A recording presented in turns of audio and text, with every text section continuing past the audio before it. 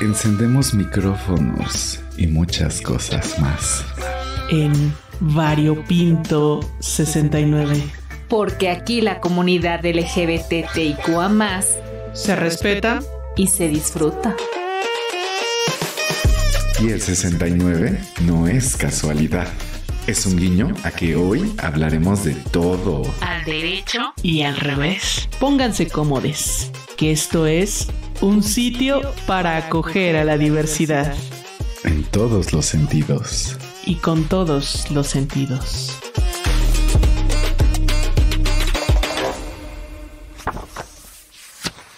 Ay, esto está muy denso.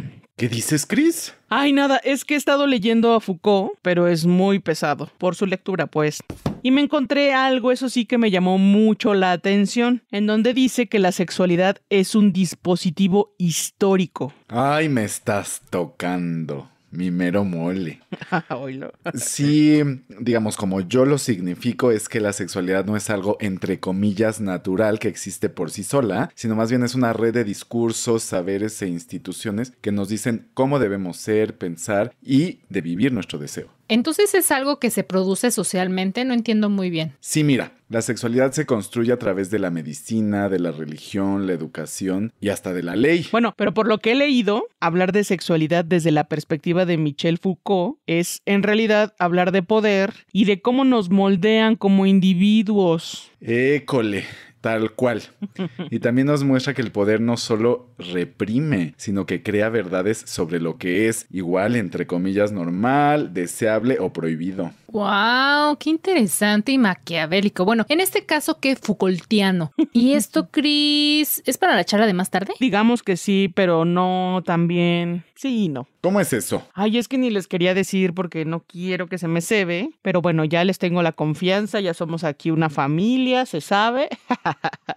Se ve que son buena vibra. Estaba pensando en estudiar una maestría en sexualidad. ¡Ay, qué bien! Yo no es que sea maestro en el tema, ¿verdad? Pero para nuestro tiempo de activismo te vendría muy bien. Serías la experta de cabecera. Bueno, la segunda experta, porque la primera siempre seré yo.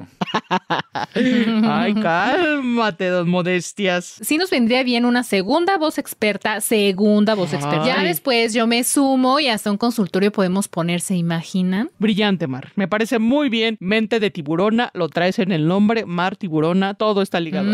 Todo se relaciona. Y para que te sigas cultivando la Cris, miren, les traigo un roperazo que ufas, se enamorarán más del tema, y de Andrea Cruz Guerrero, que nos cuenta sobre la influencia de Foucault en el pensamiento de Judith Butler. Así es que prepárense para oírlo. Roperazo.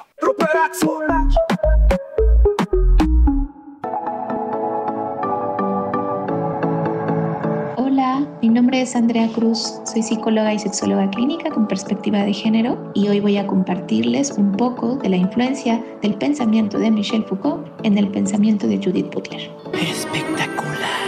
Esta influencia es bastante importante porque la autora dialoga desde la continuidad de su pensamiento y también con una mirada crítica a algunas ideas de este autor, principalmente en temas como el poder y la sexualidad. Eso no me lo esperaba. Respecto al poder, Foucault menciona que lo que hace que el poder se sostenga y que sea aceptado es que no es solo represivo, sino productor. Es decir, forma saberes, induce placer, provoca discursos, como por ejemplo, el uso de fuerza del Estado hacia los ciudadanos o de una clase sobre otra, es cuestionado por este autor, pues menciona que el poder es múltiple, va hacia todas direcciones. Además, el poder no se posee o hereda, sino es una relación que está en todos lados, es omnipresente.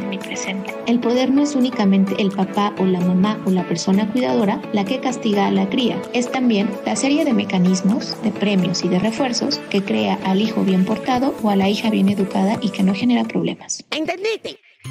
Uno de los aportes más interesantes de esta autora en el pensamiento de Foucault es la exploración que realiza sobre el poder respecto a esta relación de subordinación y producción. Butler añade que las normas sociales son internalizadas convirtiéndose en psíquicas. Ese proceso de internalización fabrica la distinción entre vida interior y exterior, lo psíquico y lo social. Y cito a la autora: cuando las categorías sociales garantizan una existencia social reconocible y perdurable, la aceptación de estas categorías, aun si operan al servicio del sometimiento, suelen ser preferibles a la ausencia total de la existencia social.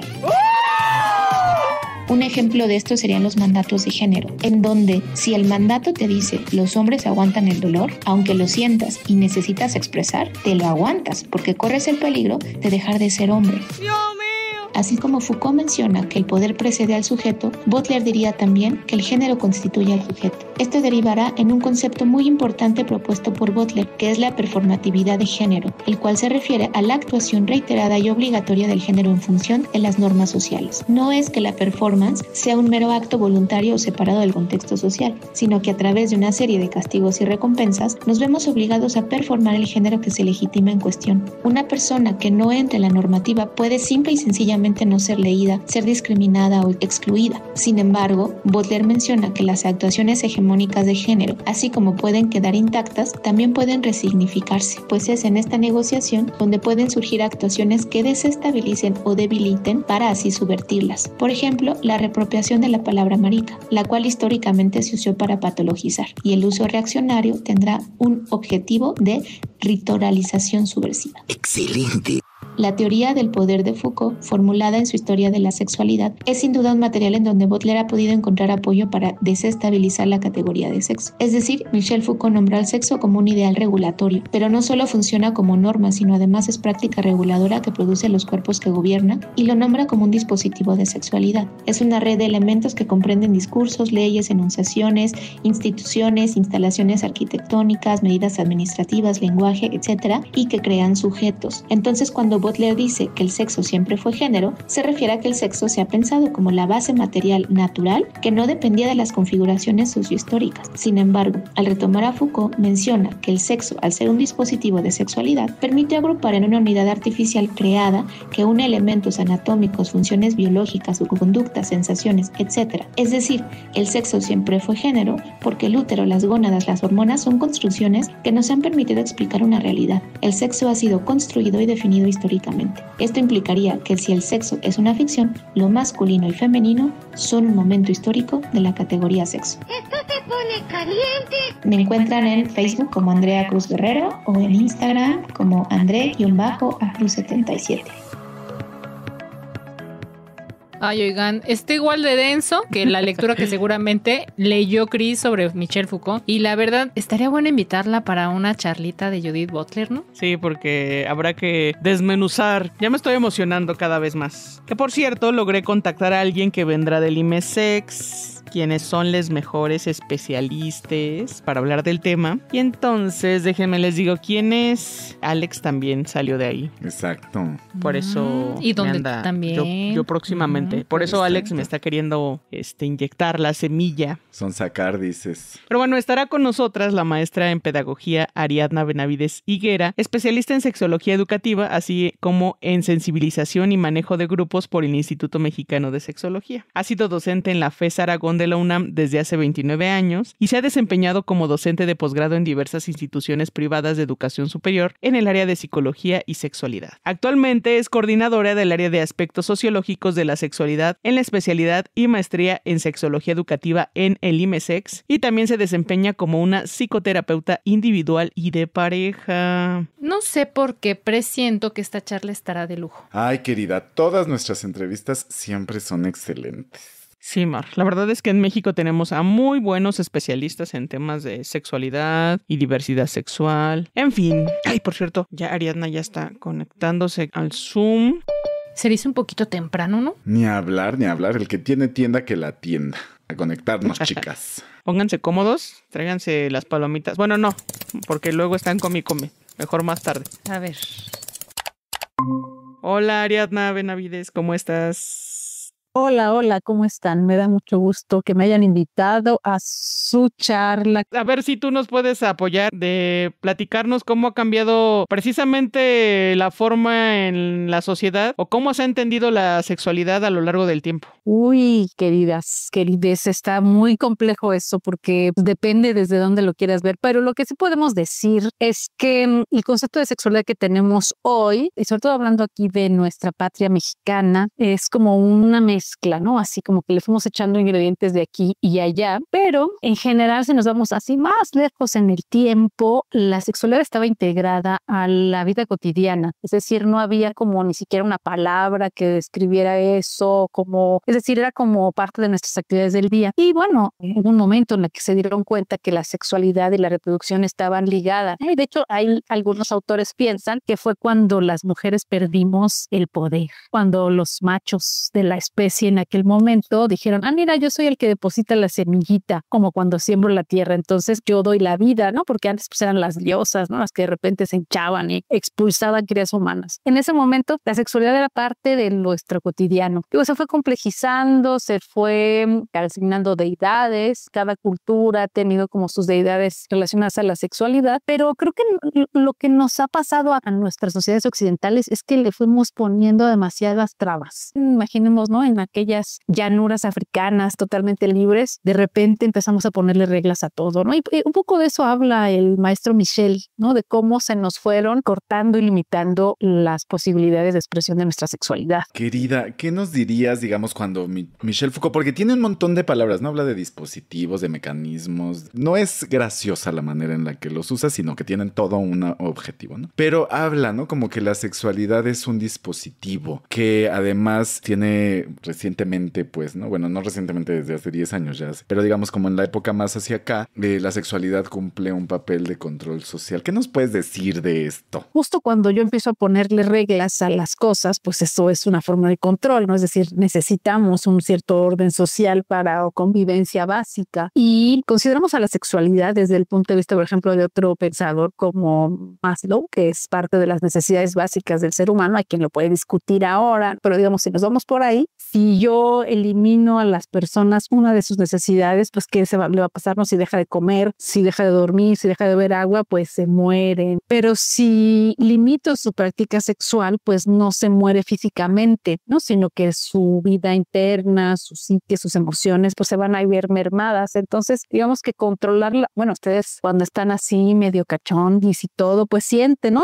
Todos hemos sentido esa fuerza, ese deseo, ¿no? Lo que nos genera la energía sexual. Pues imagínate controlar esa energía, o sea, ponerle pausa y decirle, no puedes hacer esto. Total logra poder de una pulsión de vida. Sí, si bien no lo ponemos como necesidad, sí, pero sí como una pulsión vital que tenemos. Entonces, eso hace que la gente se vuelva pues como más dócil, como más fácil de manejar. Y si además de eso le voy agregando discursos donde digo, mira, es que si tú haces esto, si tú te juntas tus partes íntimas con otro ser que tiene igual que tú, eso es una grave ofensa a Diosito y te vas al infierno, etcétera, etcétera. Es complicado, ¿no? O sea, la gente, y además pensemos, o sea, porque lo pasamos desde ahorita en nuestra vida cotidiana en el siglo XXI, hay mucha información, pero cuando la gente no sabía leer y escribir, cuando los saberes, los conocimientos estaban limitados a muchas personas, pues que digamos que el grueso de la población no tenía acceso a eso, cualquier cosa que les dijera las personas en el poder, llámese gobernantes o religión, que además mucho tiempo estuvieron mezcladas, ¿no? O sea, lo religioso y el gobierno, pues lo vas a creer si esa figura de autoridad te dice esto no lo debes hacer y tú lo haces, porque además no podemos evitar casi, ¿no? Entonces, hecho en el tomo 1 de la historia de la sexualidad, Foucault justamente nos habla de cómo la propia iglesia, digo, ya estoy saltándome siglos y siglos y siglos, ¿no? Milenios, ya cuando se empieza a consolidar la iglesia católica por ahí de la Edad Media, toda esta necesidad de que la gente confesara sus pecados, que los describiera con lujuria de detalles, ¿no? O sea, que cuéntame y dime cómo y a qué horas y cómo te la puso y dónde y qué temperatura tenía, ¿no? Para que tú expiaras el pecado, ¿no? Entonces, eso también es una forma de control. Y no pensemos que eso ya se acabó. Decir, ay, no, bueno, es que en esa época, pobre gente, ¿no? De la Edad Media, cómo sufría. Nosotros seguimos teniendo un control social a partir de la sexualidad, llámese a través de los estereotipos de género, cómo debo verme, cómo se deben ver los cuerpos que son susceptibles de deseo. Los cuerpos de ciertas medidas, de ciertos colores, de cierta edad, ¿no? De cierto nivel económico, son los que son sujetos de deseo. Y los que no correspondemos a esa belleza hegemónica, que tenemos diferentes corporalidades o preferencias por ciertas prácticas, no somos sujetos de deseo. No pensemos, por ejemplo, en cuántas veces en nuestra propia intimidad, en nuestra propia vida erótica,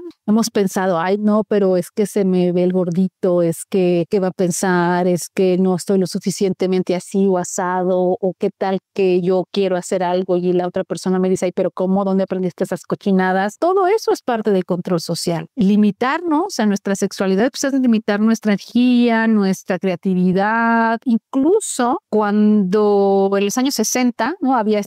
Hubo estos movimientos sociales de juventudes que en todo el mundo, bueno, aquí era el 68 y en varios lugares, en Francia, por ejemplo, se pintaban las calles diciendo, mientras más hago el amor, más ganas me dan de hacer la revolución, ¿no? Es decir, como si esta vida erótica plena nos diera fuerza para luchar por lo que queremos, para pedir, para protestar de las injusticias, etcétera. Entonces, es muy fuerte e insisto, lo seguimos haciendo. Y creo que también actualmente hay otro control de la sexualidad ligado al control económico, del capitalismo ligado a todo esto, a partir del consumismo que tenemos. Soy una persona insatisfecha de mi vida, pues con lo que lo voy a suplir, pues comprando cosas. Oye, Ariadna, y bajo todos estos preceptos, ¿realmente en la sociedad conocemos qué es la sexualidad? O sea, ¿sí entendemos este gran concepto? Ay, yo creo que es complicado porque ¿qué es la sexualidad? Hay como estudios e ideas, ¿no? O sea, tratando en la academia de decir, no, bueno, pues es la suma de esta potencialidad y es un concepto multidisciplinario, etcétera. Creo que la mayoría de las personas entendemos sexualidad por sexo, es decir, ya sea el sexo biológico, ¿no? Esta parte reproductiva, o el tener el vínculo erótico, ¿no? Las relaciones sexuales. Para eso creo que la mayoría de las personas pensamos o crecemos creyendo que eso es la sexualidad. Sin embargo, pues tiene que ver con estos otros elementos también de género, los elementos de mis vínculos emocionales, por supuesto, y vínculos, bueno, espirituales para quien así lo practique, una influencia comunitaria, no sé, creo que estamos muy limitados, o sea, y el hecho de que yo y aquí el compañero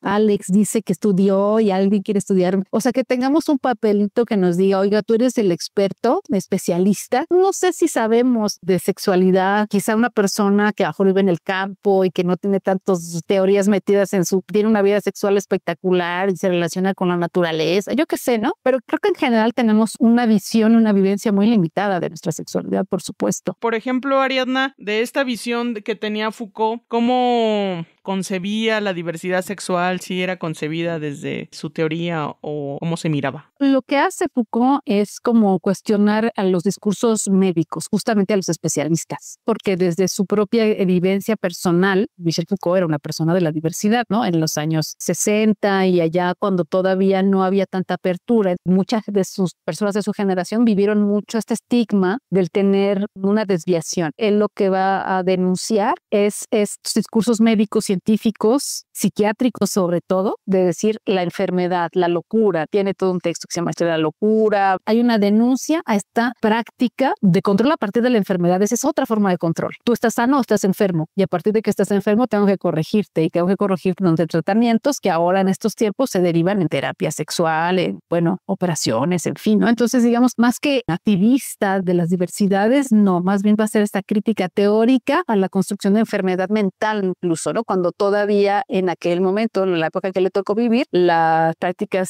sexuales diversas, ¿no? Concretamente la homosexualidad, era considerada una enfermedad mental y un delito en muchos países, ¿no? Entonces más bien va como por ahí, como de hacer esta denuncia filosófica, arqueológica, de cómo se construyó este discurso que seguimos usando, que seguimos utilizando. ¿Y tú consideras que los movimientos LGBT puedan aportar algo a la reconfiguración de la sexualidad? Digamos que yo creo que una parte muy importante es que a partir de que hay esta visibilidad, lo que se ha ganado pues a pulso, ¿no? Con batalla, con presencia en las calles, con incendiar cosas, con romper cosas, o sea, no ha sido gratuito. Estos espacios que se han ido ganando han permitido que haya una visibilización de estas diversidades, lo cual sobre todo las juventudes, las adolescencias, las infancias, les permite ver que hay más posibilidades. Sí creo que han tenido un papel importante en ver o permitirnos a quienes no pertenecemos a esos colectivos que hay más de lo que me enseñaron. Pero creo que también es importante señalar que estamos viviendo un momento complejo mundialmente, donde los discursos más conservadores están ganando terrenos y puestos de poder político. Estos espacios que se han ganado se pueden perder, de hecho se han perdido ya algunos, hablando por ejemplo de temas no relacionados a la diversidad, pero de derechos reproductivos, como puede ser los derechos a la interrupción legal de los embarazos en Estados Unidos, y que entonces lo hemos visto que empresas que participaban en campañas pro diversidades han retirado esos apoyos económicos a partir de la llegada de estos personajes a los poderes. Sí han ayudado, pero es una lucha que no se ha ganado, que esas pequeñas batallas siguen siendo constantes y que es importante seguir apoyando, seguir favoreciendo esos espacios. Creo que la mejor manera de aprender sobre la diversidad es permitirme conocer, ser curioso ante eso. Una colega que tenemos nos dice que a falta de empatía, curiosidad, quién eres, cómo vives, qué piensas, qué sientes. Entonces, en ese sentido, claro que puede enriquecer nuestra propia concepción de la sexualidad, pero insisto, tenemos que seguir luchando para que los derechos no se pierdan, porque en cualquier momento se pueden perder. Ari, y digamos, en la actualidad, trayendo a Foucault a nuestra actualidad, ¿qué cuerpos o qué sexualidades se castigan hoy en día? ¿Qué sexualidades, cuerpos continúan siendo observados? Y más ahora, ¿no? Porque con las redes sociales, donde nosotros mismos nos ponemos ahí, mírame, veme, porque si no estoy ahí no existo. Esa vigilancia la hacemos todas y todos, ¿no? Y entonces estoy diciendo, mira esta, ¿no? O a partir de la corporalidad, ¿no? Esos cuerpos grandes. Y lo que está pasando, por ejemplo, con estas campañas de estos medicamentos que sirven para bajar de peso, ¿no? Como otra vez ese discurso de la delgadez, por ejemplo, y sobre todo con figuras que tienen mucho poder, como el de Serena Williams, ¿no? Por ejemplo, decir, yo era atleta, fui la mejor del mundo y no podía bajar de peso. Tú, pobre ser que estás en tu sillón, ¿cómo vas a bajar? Compra el medicamento mortal, compra este medicamento que vende mi esposo, por cierto, para que tú también bajes de peso y te veas como yo. ¿Los cuales son cuerpos vigilados? Un cuerpo que no cubre con esta belleza hegemónica. Las personas de la tercera edad ya está más allá del viejo y bien y el mal. Ya para qué, ya eso ya no va, se ve mal. La sexualidad de las infancias, ¿no? También, ¿no? Esta exploración se sigue controlando, se sigue castigando. Las personas migrantes.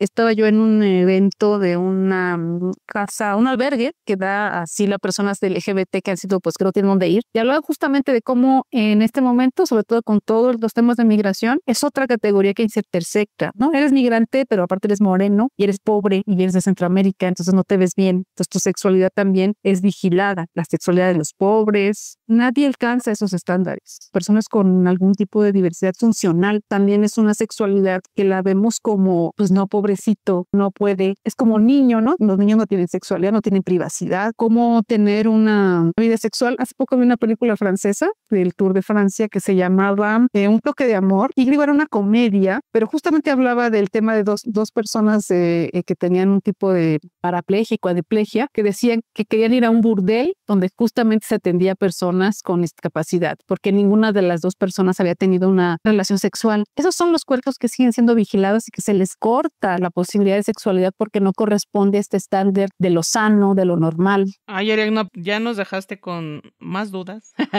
pero también con esta reflexión, ¿no? De que estar justo, decías, curioseando y cuestionándonos todo el tiempo sobre nosotros mismos, mismes, sobre qué es la sexualidad. Y también, incluso, pues me atrevería a decir, si no conoces, atreverte a conocerla no significa que eso sea tener relaciones sexuales, ¿no? Con alguien más, sino simplemente conocer del tema, explorarlo. ¿Algún mensaje final que nos quieras dejar? ¿Algún medio de contacto para quienes quieran seguir explorando? Para quien quiera estar en alguna plática contigo, por favor. Claro que sí, bueno, no, la idea no es que nos vayamos así como decir, todo está perdido. No, claro que no. Hoy tenemos muchas ventajas, hay muchísima información en redes sociales de gente que sí le sabe, ¿no? Hay que también aprender a discriminar lo bueno de lo malo, la buena información, pero creo que la invitación sería justamente al autoconocimiento de entrada, ¿no? Es decir, ¿qué me gusta a mí? ¿Qué me da placer en todos los ámbitos, no solo en el erótico? Es decir, ¿qué comida me gusta? ¿Qué música me gusta?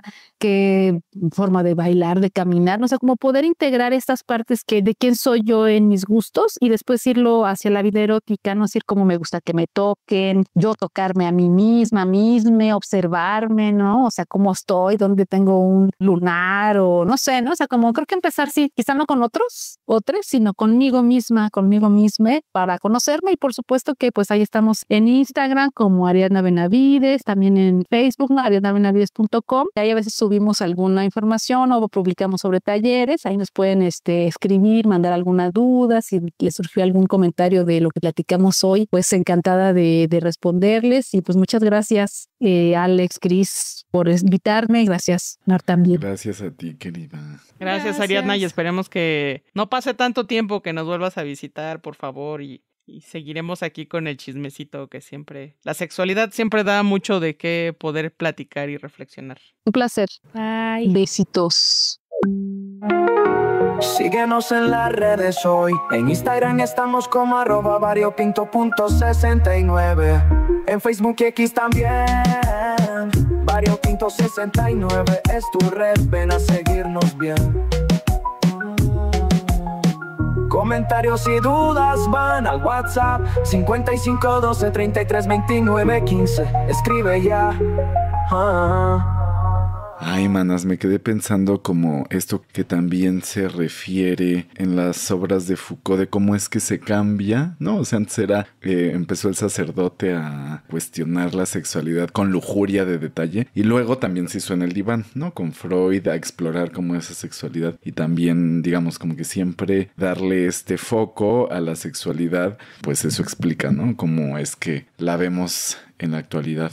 Sí, el control sobre los cuerpos, lo que mencionaban, el poder reflejado en siempre estar reprimiendo en todo momento tu exploración, ¿no? Y el deseo, sobre todo. Sí, y también, eso sí, digamos, a lo mejor, no sé si sea parte del control, pero por lo menos sí hay ciertas leyes y reglas que se deben de seguir, como de no tocar a alguien sin su consentimiento y también no hacerlo a personas menores, ¿no? Si usted es menor, quizá pueda hacerlo con alguien que sea su igual, pero si usted es mayor de edad, evidentemente eso es algo que no se concibe. Exacto, puede constituir un delito. Es un delito, para que no se confunda la gimnasia con la magnesia de, ay, sí, pues yo estoy aquí explorando. No exploren cuerpos ajenos, sino explórese a usted mismo, misma, por favor. Exacto. Ay, manas, me acordé a mis clases de la maestría. Extraño tanto ser estudiambre. Ay, qué exagerado. Aunque sigues con la misma dieta luego, comiendo pura cochinada de estudiambre. No es cierto. Pero bueno. Oigan, ¿y entonces sí le aconsejas estudiar en el IMESEX, Alex, a la Cris? Por supuesto, no hay mejor lugar que ese para estudiar sobre sexualidad, es obvio. Bueno, pues ya les contaré cómo me va en el proceso. Si le echas ganas, yo creo que te va a ir muy bien. No me gusta echarle ganas a nada, la verdad. Me choca la gente que dice echar ganas. Entonces, pues le voy a echar disciplina, responsabilidad, entusiasmo. Cris ya me abrió el apetito con la idea de las palomitas. ¿Les parece si hago unas en lo que tenemos una sesión musical para relajarnos? Pues muy estresado estarás, mira, que andas muy acomedido. Yo sí le entro con salsita botanera, please. Ay, la que tiene gastritis ya se le olvidó. Ay, ¿no vieron a la policía de la buena conducta? Así tú luego me molestas con mis panes. Con tu gluten. Para que no me critiques, pondré la primera canción de nuestro jam. A ver, hay algo tranqui, un bolero espacial homosexual, miren, se llama Hazme Tuyo de Jerry Velázquez y Cristian Chávez. Este sencillo fue lanzado en junio de este año. Ay, suena a deseo, es pasional, suave, amoroso. Ah, ya, mejor, súbele a la radio. De tu abrazo y me empape tu sudor. Hazme tuyo y róbate mis labios, que tu aroma me sea necesario y me embriague tu sabor. Hazme tuyo y lléname de amor, de aquí al amanecer a ti pertenecer. Hazme tuyo, hazme tuyo. Envuélveme en tus brazos, que nos funda el calor de tu abrazo. Esto fue Variopinto 69. Donde dejamos todo bien acomodadito. ¡Osh! Se acabó el tiempo. Pero el after es opcional. Conducido por la irresistible Mónica Salcedo. O sea, la Cris. ¡Oh! La voz, Víctor Castellanos. Conocido como el Alex. Oh, yeah. Y la admirable Edith Díaz. Mar para los cuates. Wow. Agradecemos a la maestra de los cortes y los finales felices, Alma Cuadros. El que nos asiste y siempre tiene un extra bajo la manga, Luis Kennedy. A los nuevos caseros que nos mantienen en la misma frecuencia, Margarita González y Miguel Fernández. Y a los ingenieros Que nos enchufan en todas partes. Vario Pinto 69.